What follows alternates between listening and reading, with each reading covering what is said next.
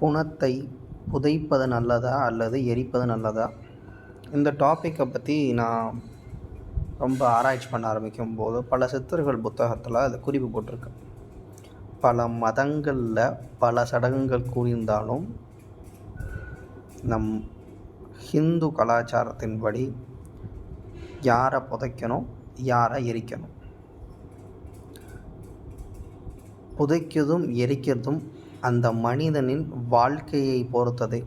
அதாவது என்னென்னா, இப்போ புதைத்தாலும் அவர்கள் மரணத்துக்கு பின் அந்த அவங்க செய்த கர்மத்தின்படி அவர்கள் அவரோட வாழ்க்கையின் அடுத்த நிலைக்கு செல்வார்கள். அதாவது மறுபிறவி எடுப்பதோ, இல்லைன்னா சொர்க்கலோகம் நரகலோகம் போகிறதோ, இல்லை வைகுண்டம் போகிறதோ, அது அந்த அது தனி கான்செப்ட். அதை நம்ம இன்னொரு நாள் பேசுவோம். இந்த கான்செப்ட் படி தன் உடம்பை சித்து நிலைக்கு கொண்டு போகும் ஒருவரின் உடலை மட்டுமே புதைப்பது நல்லது. அப்படின்னா அவர் தன்னை தானே சுத்தப்படுத்தி மூலாதாரம், சுவாதிஸ்தானம், மணிபுரம், அநாதனான்னு சொல்லிட்டு அனைத்து அந்த குண்டலினியை ஆக்டிவேட் பண்ணி பரம்பொருளை கண்ட ஒருவரின் பக்குவப்படுத்தப்பட்ட சித்த மருந்துகள் உண்டு.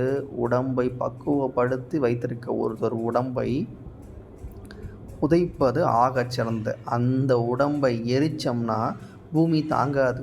பூமி எந்த இடத்துல அதிகமாக அந்த சித்தரின் உடம்பை எரித்த இடத்துல அதிக வெள்ளம் வரும், மழை இல்லாமல் போகும், பெரும் இயற்கை சீற்றங்கள் ஏற்படும். அதுவே பாவம் செய்தவங்க உடம்பை அவங்க பாவினா என்ன, நல்ல காரியங்களில் நல்ல சிந்தனைகள் இல்லை, குண்டலினியை ஆக்டிவேட்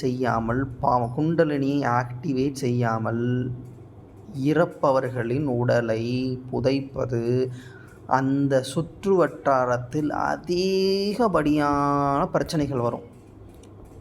கால சீற்றமே அந்த பிணங்களால் பிரச்சனை வரும். அந்த உடல்கள்லாம் எரிக்கிறது ஆகச் சிறந்தது. அதனால் எந்த மதத்தையும் நான் சொல்ல விரும்பலை, எந்த இதுவும் சொல்லலை. ஆனால் ஹிந்து சமயப்படி அந்த மனிதனின் வாழ்க்கையை தெரிந்து கொண்டு அவர் எப்பேர் வாழ்ந்தார் அப்படின்னு அந்த வாழ்க்கையை தக்கனே அவரே சொல்லுவார். சித்து நிலை அடைந்தேன்னு அவருக்கே தெரியும். அப்பேற்பட்டவர்களை புதைப்பது ஆக சிறந்தது. அப்படி அடையாதவர்கள் எவரையும் புதைப்பது நற்காரியம் அல்ல. அவருக்கு மட்டும் இல்லை, இந்த உலகத்துக்கே நற்காரியம் அல்ல. அவங்கள எரிக்கிறது ஆக சிறந்தது.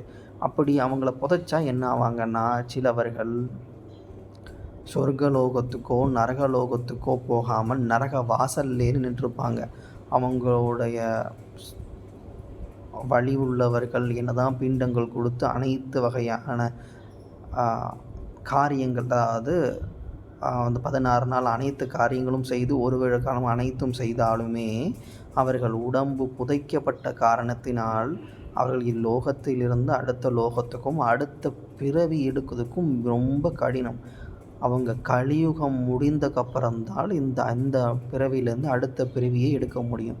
அதுவரை பல லட்சம் ஆண்டுகள் அவங்க இங்கேயே இருக்க வேண்டிதான். இதுவே அவங்கள எரிச்சிருந்தால் அவங்க அந்த நேரத்தின்படி சொர்க்கலோகமோ நரகலோகமோ இல்லைன்னா வைகுண்டமோ கைலாயமோ ஏதாவது ஒரு லோகத்துக்கு போய் மீண்டும் பிறப்பெடுத்து வர்றதுக்கு அதிக வாய்ப்பு உண்டு. அதனால் தயவுசெய்து இந்த சம்பிரதாயங்களை தெரிஞ்சுக்கிட்டு அது தக்க நடந்துக்கோங்க.